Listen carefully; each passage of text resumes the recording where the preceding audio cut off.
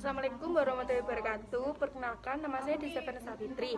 Saya dari kelas A dengan NPM 1220200317 dari Universitas Muhammadiyah Kudus S1 Keperawatan. Oh iya, jadi di sini saya nanti akan menjelaskan tentang sedikit materi terkait terapeutik pasien di ruang IGD. Jadi terapeutik pasien itu di IGD ini situasinya sangat banyak ya. Kondisinya pasiennya di IGD itu tidak hanya semuanya yang gawat darurat, tapi juga ada yang gawat tapi tidak darurat. Jadi di sini untuk berkomunikasi pada perbedaan tergantung dengan kondisi pasien yang datang. Kondisi pasien yang datang ini bisa dilihat dari triase. Jadi kita sudah memahami ini, ada banyak pasien dengan kondisi yang gawat darurat, ada yang kondisinya darurat tapi tidak gawat, serta kondisi pasien yang meninggal. Di sini komunikasi terapeutiknya harus kita sesuaikan dengan situasi kondisi pasien dan di mana saat ini berkomunikasi dengan pasien. Di IGD sebagai kita perawat itu harus berkomunikasi terapeutik dengan jujur dan tidak melebih-lebihkan sesuatu hal. Serta kita itu harus memberikan gambaran dengan mudah, gambaran terkait kondisi saat ini yang terjadi pada pasien tersebut. Lalu juga kita tidak boleh meningkatkan kecemasan pasien.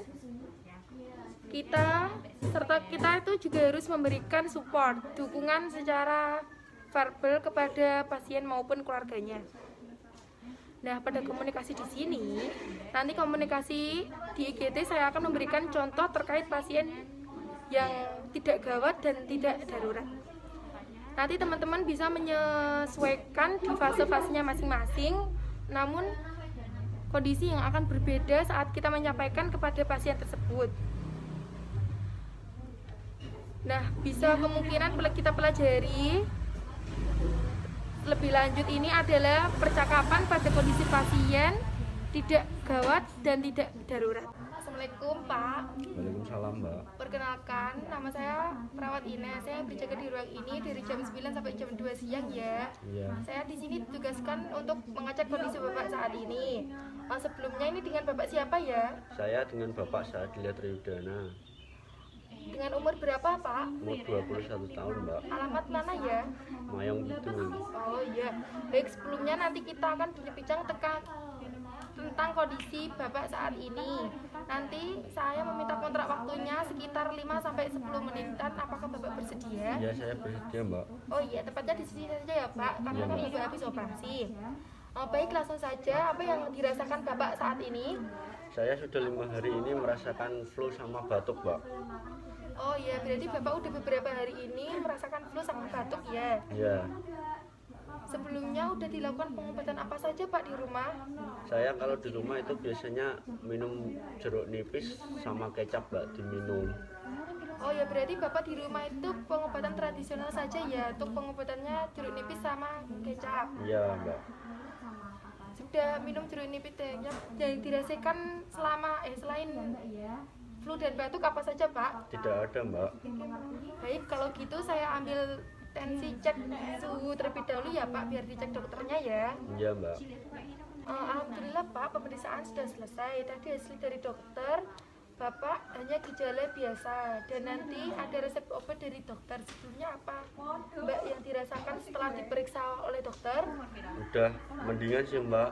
Ini setidaknya saya tahu itu penyakitnya apa. Oh ya, baik, Bapak sudah agak mendengar ya untuk perubahannya. Baik, nanti akan dijelaskan untuk pengaturan cara minum obatnya. Nanti obatnya diambil di depan ya Pak, dan nanti dijelaskan cara prosedur minumnya. Iya. Sebelumnya apa yang ditanyakan sebelum saya pamit Pak? Tidak ada Mbak. Oh, untuk kedepannya kontrak waktunya selanjutnya nanti Bapak bisa ke bagian depan ya untuk mengambil obatnya dan bertanya-tanya di sana. Iya Mbak. Baik, itu adalah sekilas contoh terkait komunikasi terapeutik pada pasien di ruang IGD dengan kondisi pasien tidak gawat dan tidak darurat sama sekali. Namun perlu kita ingat bahwasanya saat ini berkomunikasi dengan pasien maupun keluarga pasien itu yang ada di IGD dengan kondisi apapun, kita harus menyesuaikan dengan kondisi dan situasinya terlebih dahulu. Jadi jika pasien dengan kondisi kecelakaan saat datang ke ruang IGD sangat susah diajak berkomunikasi terlebih dahulu. Jadi kita hanya memerlukan komunikasi dan memaksimalkan tindakan terlebih dahulu kepada pasien yang mengalami kecelakaan tadi. Nanti kita komunikasi kembali kepada pasien selain tindakan selesai. Jadi kita lihat situasi kembali, kondisi apakah ini perlu tindakan terlebih dahulu atau komunikasi terlebih dahulu. Seperti itu ya.